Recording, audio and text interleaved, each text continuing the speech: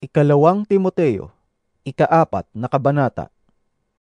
Sa harap ng Diyos at ni Kristo Jesus, nahahatol sa mga buhay at sa mga patay, alang-alang sa kanyang pagdating bilang hari, inaatasan kita. Ipangaral mo ang salita ng Diyos. Pagsikapan mong gawin iyan, napapanahon man o hindi.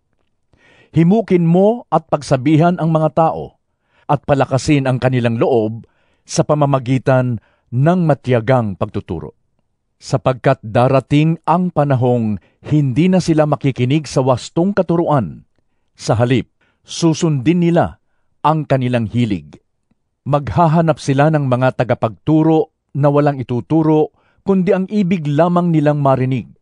Hindi na sila makikinig sa katotohanan. Sa halip ay ibabaling ang kanilang pansin sa mga kathang isip. Ngunit ikaw, maging mahinahon ka sa lahat ng oras. Magtiis ka sa panahon ng kahirapan. Gampanan mo ang tungkulin ng isang mangangaral ng magandang balita at tuparin mo ng lubos ang iyong paglilingkod. Sapagkat dumating na ang panahon ng pagpanaw ko sa buhay na ito. Ako'y mistulang isang handog na ibinubuhos sa dambana. Pinagbuti ko ang aking pakikipaglaban. Natapos ko na ang dapat kong takbuhin at nanatili akong tapat sa pananampalataya. Kaya naghihintay sa akin ang koronang gantimpala para sa mga namuhay ayon sa kalooban ng Diyos. Sa araw na iyon, ang Panginoon na siyang makatarungang hukom ang siyang magpuputong sa akin ng korona, hindi lamang sa akin, kundi sa lahat ng nananabik sa kanyang pagbabalik. Sikapin mong makapunta dito sa lalong madaling panahon. Iniwan na ako ni Demas dahil sa kanyang pag-ibig sa daigdig na ito. Pumunta siya sa Tesalonica. Si Crescente naman ay nagpunta sa Galacia at si Tito sa Dalmacia. Si Lucas na lamang ang kasama ko rito. Hanapin mo si Marcos at isama mo rito, sapagkat malaki ang maitutulong niya sa aking mga gawain. Pinapunta ko sa Efeso si Tikiko. Pagpunta mo rito, dalhin mo ang aking balabal na naiwan ko sa Troas sa bahay ni Carpo. Dalhin mo rin ang mga aklat, lalo na iyong mga gawa sa balat ng hayop.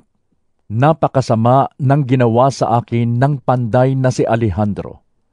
Pagbabayarin siya ng Panginoon sa kanyang mga ginawa. Mag-ingat ka sa kanya, sapagkat mahigpit niyang sinalungat ang ipinapangaral natin. Sa unang pagharap ko sa hukuman, ay walang sumama sa akin. Pinabayaan nila akong mag-isa. Patawarin nawa sila ng Diyos. Ngunit sinamahan ako ng Panginoon at binigyan ng lakas upang makapangaral ng lubusan sa lahat ng hintil at ako'y naligtas sa tiyak na kamatayan.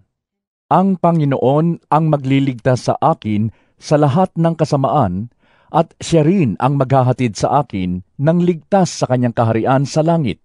Purihin nawa siya magpakailanman. Amen. Ikumusta mo ako kina Priscilla at Aquila at sa sambahayan ni Onesiforo. Nagpaiwan sa Corinto si Erasto. Si Trofimo na iniwan ko sa Mileto na may sakit. Pilitin mong makapunta dito bago magtaglamig. Kinukumusta ka ni Eubulo, Prudente, Lino, Claudia at lahat ng mga kapatid. Samahan nawa ng Panginoon ang iyong espiritu. Sumainyo nawang lahat ang kagandahang loob ng Diyos.